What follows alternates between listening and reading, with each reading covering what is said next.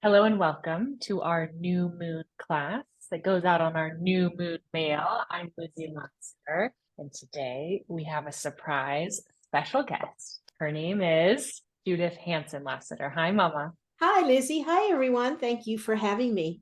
This is the big reveal now that we see that Mama's here.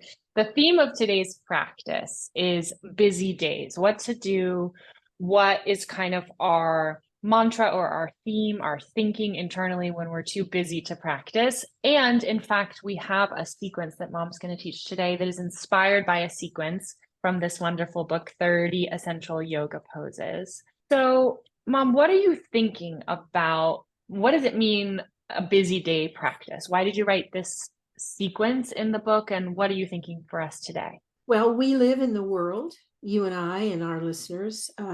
We don't live in a secluded spiritual community where we share tasks with everyone and we have a lot of time to spend in contemplation or doing yoga. So we live with the reality of many demands on us. And sometimes, though we like to practice every day, sometimes it's impossible and we skip a day or 2 days or 3 days or a week and we're not able to quote unquote fit our practice in. So there's two things I want to offer about that. If you're like me, when those days happen and you're usually serving other people's needs, visitors are happening, things are happening, maybe someone's sick in your family, and then the roofers are coming, and then you have this book club, you're supposed to lead the discussion and you haven't really finished read all the things that we have going on, sort of juggling. And I miss a day, sometimes for me or two. After 52 years, it's quite a habit. I talk down to myself. I castigate myself. I berate myself like, oh, I should have done yoga. What's wrong with me? Why couldn't I fit it in? Does that happen to you? Yeah, absolutely. Especially for me, I am a mom of 3.5-year-old twin boys, so I cut myself a lot of slack if I miss a day or two, especially if I'm active in that day, like if I'm going skiing, but I didn't do yoga, it's kind of okay for me. But especially if it gets to be a couple days stacked up because I'm traveling or yeah, sick kid, that type of thing, and I just can't, or visiting the in-laws, and I don't practice because I don't have enough space alone, then that starts to grate on my nerves and I start to get really short-tempered. That's one symptom I notice that's like, I need to go get on my yoga mat. Well, the other thing, though, before we move on to another idea I have for us, is there's always time to just go to the center of your brain, do it now, from the sides, the back, the front, the top. Just be there. Eyes can be open and just take 3 breaths. You can do that if you do this eyes open. You can be aware of your breath while you're having dinner with others, while you're walking down to the laundry, while you're there are moments where you can be connected to yourself. But the asana practice, we miss that because the asana practice is about the form, and we are the form that is the channel for our sense of being. And especially if we're teaching, we need to feel, at least it's true for me, and I'm guessing for everyone, connected to that physical form and the energy of receiving. In a way, it's like receiving what you teach and passing it on. That practice is the root of teaching. Does that resonate? Yeah, absolutely. Absolutely. What's your other idea for us today? The other idea, it's just an ironic observation, is on the busiest days are the days I most need to slow down, be present, and connect with myself. And those are the very days that I push it away. On the days that it's, I wake up and I have a more leisurely day, it feels different because I could do this for an hour and then I'll go do my practice. But you don't have that on busy days. So, but it's what you need. It's what I need. We need to remember the breath and our being and our presence and to let go of anything. You know what the relief of it is? Let me say, the relief of a practice is its potential to give us one focus. That's why I like your yoga space. My yoga space is also very empty. Then I go in that place and in the room, it's what I do there. And Yeah. so have that into the present moment and just being with myself, that is nourishing on so many levels, and it's deep nourishing. So let's look at a series now, a short series that I hope you will do with us that days. Okay, great. I'm going to pin myself here so my view is big Gonna put up my hair and move to the mat. Mom, what are we starting with? Well, before we do that, it'd be nice if you had some props at the end of our practice, but you probably just need now maybe a block. Okay. And step off your mat. This is a ritual I recommend, especially on busy days. Inhale your breath. Exhale and step onto your mat, your magic island, into the moment, into practice space, into right now, into letting go. Make it a ritual. All right, face me.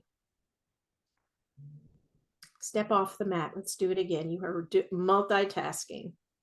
Inhale your breath. Exhale. Step onto your mat. Put your hands in namaste. Inhale the breath. Exhale, and just for a moment, honor with gratitude all the teachers that came before you. Now inhale the breath. Exhale, drop the chin, just take the hands straight down, Uttanasana. If you need a block for your hands, please take it. Your pelvis needs to be really tipped. Release the base of your skull. Let it hang down. Fold your elbows. Breathe into your back body. Now switch the hold of your arms. Which will feel odd. Totally release the tongue. Pour the spine out. Inhale the breath. Put your fingertips on the floor. Walk them around to the right. Step back into downward dog. Walk your fingers a little further forward. Turn your fingers inward towards each other. Turn your heels out. Rise up on your toes.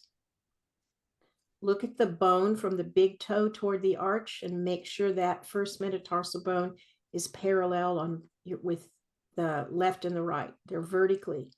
Now inhale the breath and roll through the soles of the feet, exhaling, pushing back and up. Drop the head. Breathe into the back body. Feel the concavity of the abdomen. Withdraw to the center of your being and expand the body to the surface of your being. Inhaling, exhaling. Come down to your hands and knees. Drop the chin. Exhale, lift the belly up. Curl your tailbone under. Let the shoulder blades drip off the arms. And from the middle of your body, inhale and let the middle of the body drop down. And then the tailbone and the breastbone come up. This time inhaling. Now exhaling and go slowly and easily back to dog pose.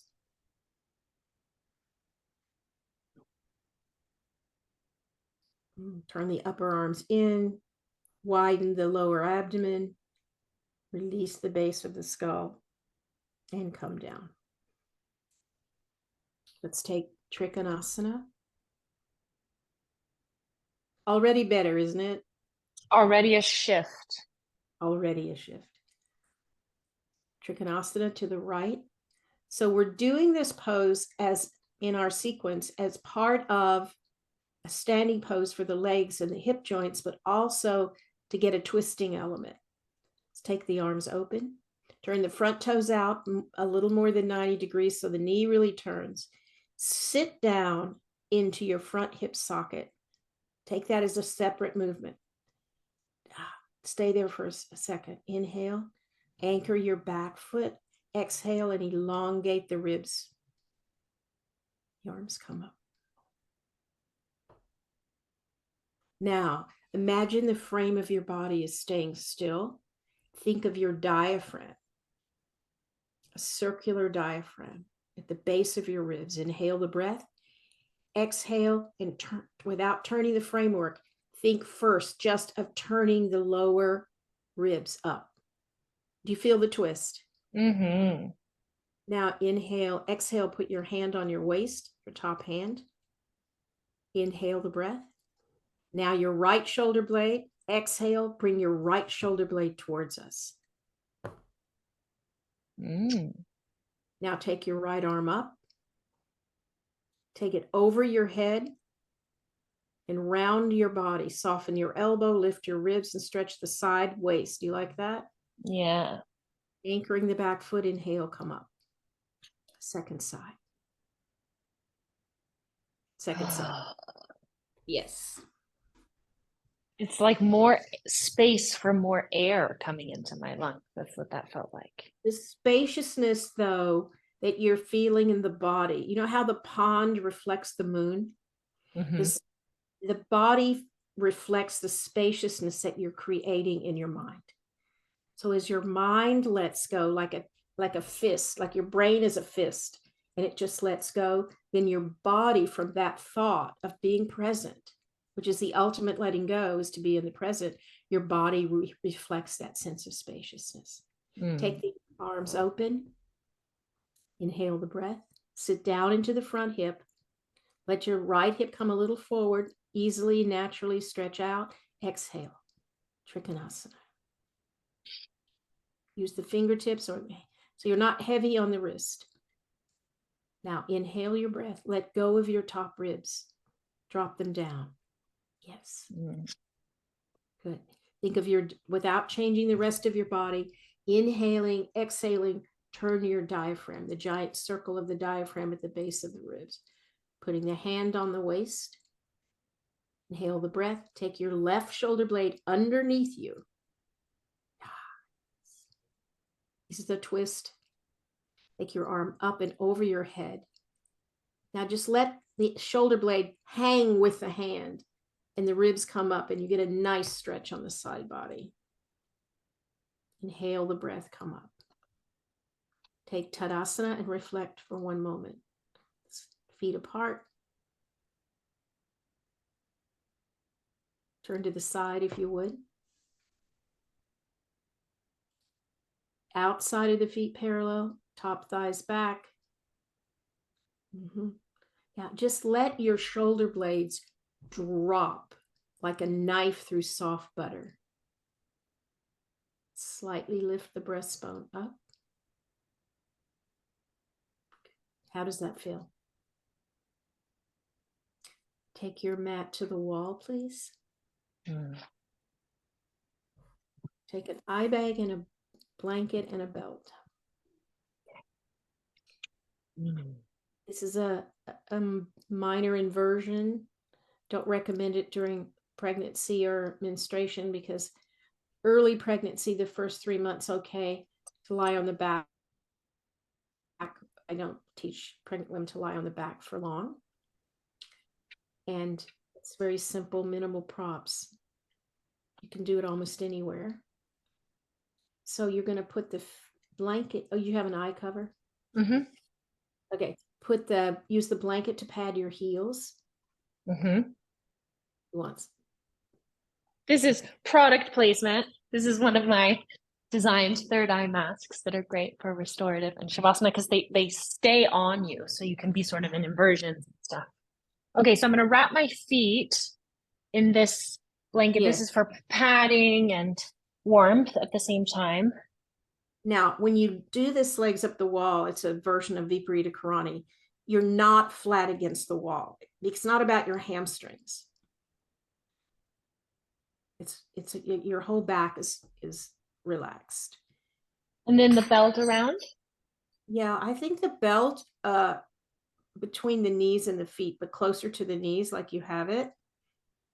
And the reason we do this is because part of your body, your adductors, your inner thigh muscles will be, because they're very intelligent and they know what to do, which is to help hold your legs up against gravity.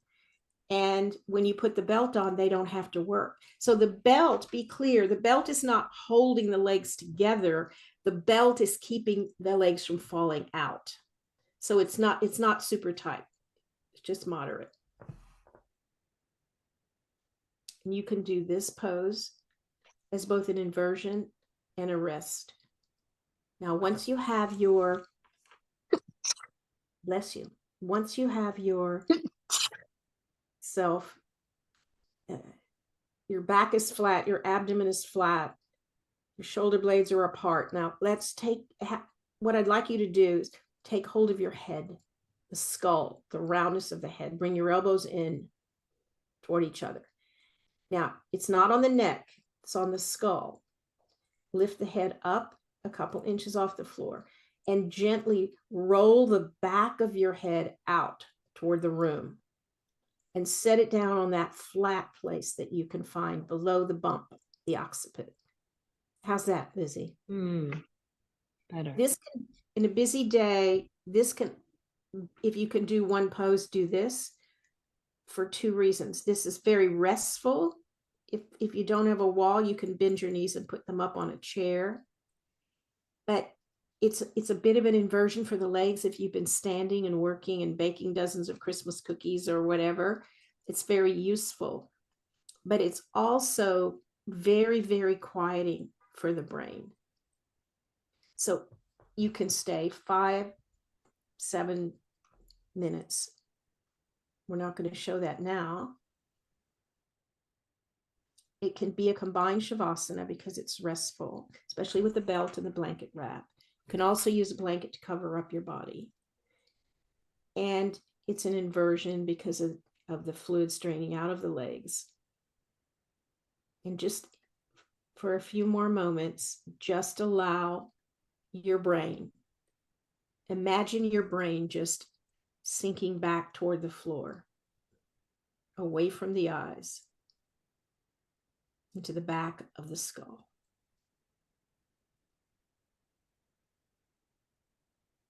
Feel the spaciousness in your head. Feel the gentle, spontaneous movement of the breath without changing it. You are not in charge of it. You are its witness. The beautiful rhythm of the inhalation finding you and the exhalation leaving you.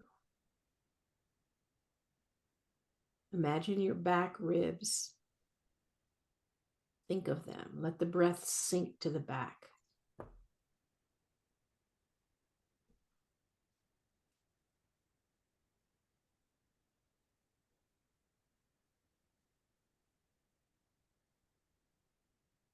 And slowly bend the knees and come out, or stay as long as you want. Lizzie's going to come out and we're going to show just a simple Shavasana now. You might do the Shavasana instead of this one or with it. How are you now? Quiet. Yeah. The thing is, we're always quiet, but we're just covering it up with noise. Quietness is not something that can be created. Quietness can only be recognized.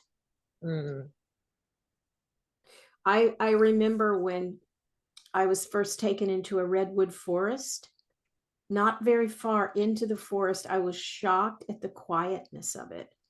You know, if you walk in the woods, there's a lot of noise, little animals skittering around and wind and the leaves and the pine cones falling and all. There's noises, but not in a redwood forest. And the reason is very interesting. The reason is because the redwood wood itself is so dense, it lives on so little water, that there's no woodpeckers and birds that can burrow into the wood. So it's super quiet. There's no birds in there. I was going to suggest, before we do this, it feels like you're entering a cathedral. That same kind of spacious quietness. Yes. Yes. So I'm going to suggest, let me unpin myself so everyone can see you as you send us into Shavasana. I'm going to show a really simple two-prop Shavasana. It's the easiest possible version of Shavasana. If you take a bolster, a round bolster, and put it behind your knees and the soles of your feet together, so it's a little bit Baddha Konasana, you can create this shape by... Let me just say, as elevate the backs of the knees. Don't elevate the thighs or the calves. Just try to make it very narrow, just behind the knees. And if you don't have a round bolster, you can roll up a blanket, a firm blanket to approximate this. Then you want to put on your sweater, put on your socks, which I will do right now. to demonstrate well. You want to be warm when you're doing Shavasana, even if you only have 5 minutes because it's a busy day. The warmth is going to help your nervous system to let go. And then I've just taken a pillow from my couch, which I'm going to put deeply behind my head, neck, and shoulders. So that area is very well supported. And I take a blanket. It could be I have a proper yoga blanket, but it could be the blanket from your couch, the blanket from your mother-in-law's couch. The soles of your feet are together, the knees are open. And now you pay special attention as you come down to lengthen your rib cage away from your pelvis, let your lower back come in contact with the floor. And now you take the pillow and bring it all the way down to the shoulders and turn the back corners down a little bit to tip your chin down and so that your forehead is slightly above the chin. That's it. So Mom, if you would guide us in, and then we'll have some silence and you can bring us back out and we'll say goodbye. Swallow and release the throat, the root of the tongue, the cheeks, and the eyelids. You are now the wave that is moving away from the ocean. Let your awareness soak through the levels of your skin and your organs and your bones.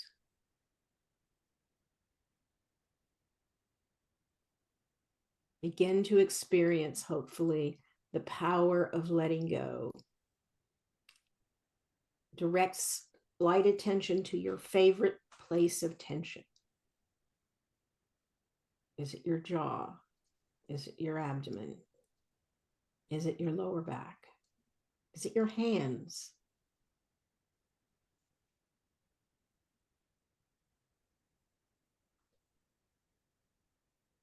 And invite those particular places, tops of your shoulders, shoulder blades, throat. Invite those places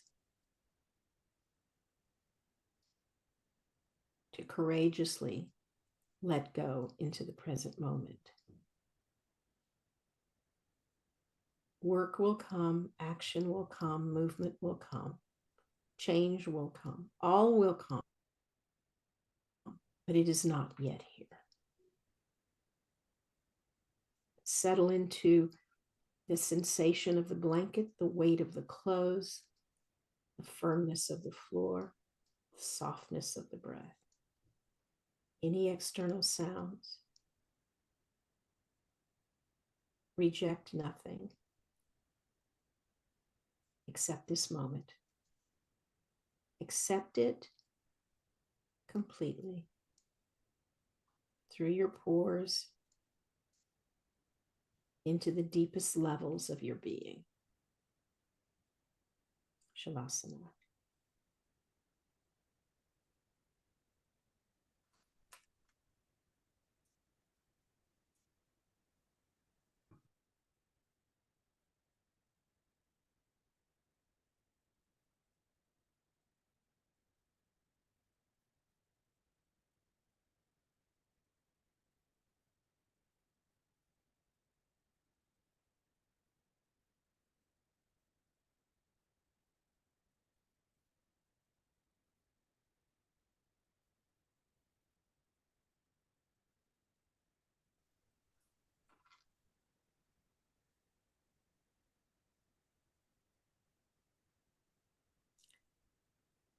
Stay as long as you want to stay. You will know when it's time to come out. Remember that Shavasana is a gift that you give to yourself and the world.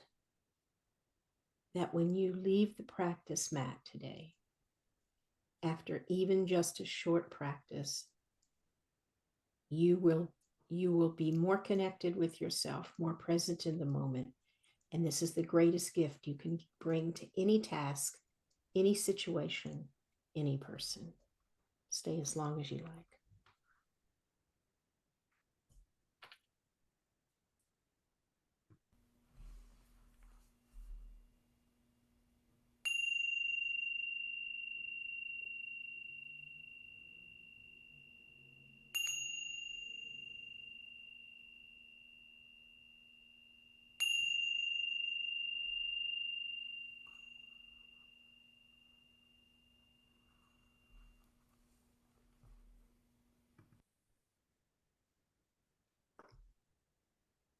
to come out. Roll your kneecaps toward the ceiling. Exhale your lower back to the floor and hold it there. Drag one foot at a time up. Put your foot on the bolster, second foot, and then roll to your side of choice. Listen to your body, what it tells you, and roll to the side of choice.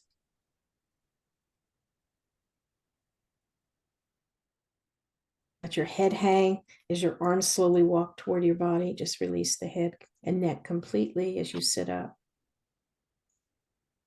And then sit with your legs crossed in front of your sitting bones.